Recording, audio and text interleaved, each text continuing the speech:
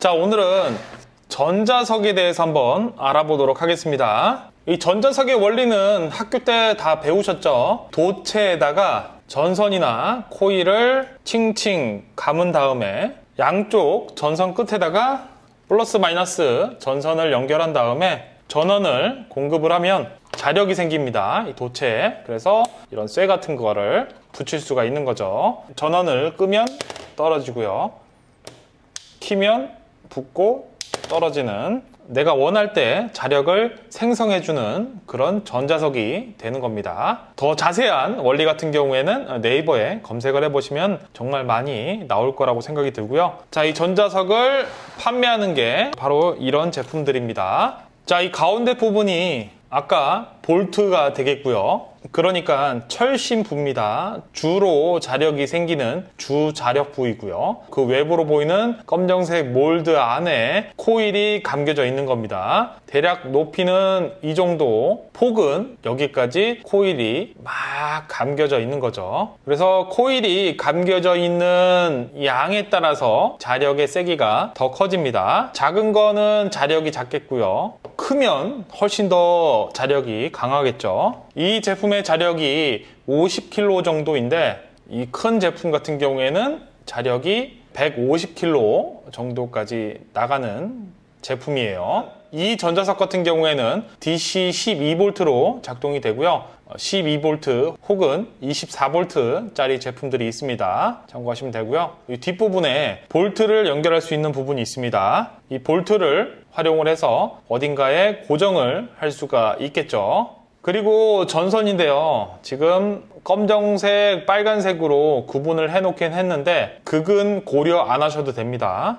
연결하는 극을 변경했을 때 바뀌는 점은 이 자력이 생기는 부분에 N극과 S극이 바뀔 뿐입니다. 그런데 저희는 자력이 필요한 거기 때문에 극을 상관하지 않고 연결해도 자력은 생긴다는 점, 한번 연결을 해보겠습니다. 자, 전원을 공급을 했고요. 이렇게 되면 자력이 생겨서 철이 붙는 걸 볼 수가 있어요. 현재 지금 윗부분에 S가 붙는 거 보니까 N극이 된 것 같아요. N극은 이렇게 피하죠. 극을 바꿔서 연결을 하면 S극으로 바뀐 걸 볼 수가 있습니다. S극은 지금 피하죠. N극은 갖다 붙고요. 그래서 전선을 연결하는 위치에 따라서 극은 바뀌지만 자력은 똑같이 생성이 된다는 점. 근데 이 제품 같은 경우에는 자력이 50kg라고 되어 있는데 울퉁불퉁한 제품을 갖다 붙였을 때는 그렇게까지 강력하진 않습니다. 이 50kg 같은 경우에는 정말 평평하고 두꺼운 철판을 갖다 붙였을 때 생기는 자력이에요. 울퉁불퉁하고 이 조그만한 제품들은 그렇게 자력이 강력하진 않아요. 조금 더 큰 제품에다가 한번 연결을 해보겠습니다. 전자석이 사용하는 전류값 같은 경우에는 그렇게 크진 않습니다. 가장 큰 제품이 대략 1A 정도, 12W 정도를 사용을 합니다. 그렇게 많이 먹는 편은 아니에요. 그런데 이 큰 제품을 연결하면 확실히 자력이 강력해진 걸 볼 수가 있습니다. 떼기가 힘들어요.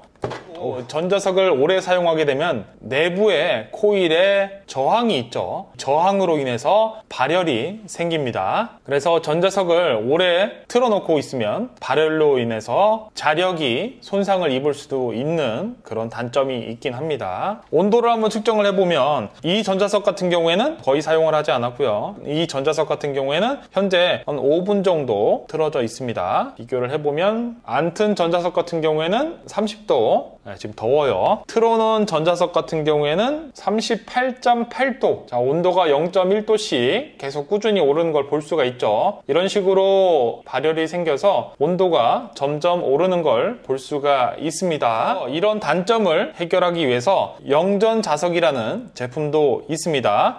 이 전자석 같은 경우에는 전원을 공급을 해야지만 자력이 생기는데 영전자석이라는 전원을 공급하지 않으면 자력이 유지가 되고요. 전원을 공급을 하면 자력이 상쇄돼서 떨어지는 거죠. 그래서 어딘가에 오래 붙여놓은 상태에서 짧게 떨어뜨리겠다 하시면 영전자석을 사용하시면 되는데 이 영전자석 같은 경우에는 가격이 꽤 비싸더라고요. 국내에서 판매가 되고 있는 제품이고요. 정말 특수한 부분에 사용하고 싶다 하시는 분들은 영전자석을 사용하시면 되고 대부분 전자석을 활용하시면 될 것 같아요. 이 전자석 같은 경우에는 지금 원형이죠. 네모나게 생긴 전자석도 있고요. 가운데가 아예 뻥 뚫린 원형 제품들도 있습니다. 사이즈도 정말 다양합니다. 큰 거, 중간 거, 작은 것들.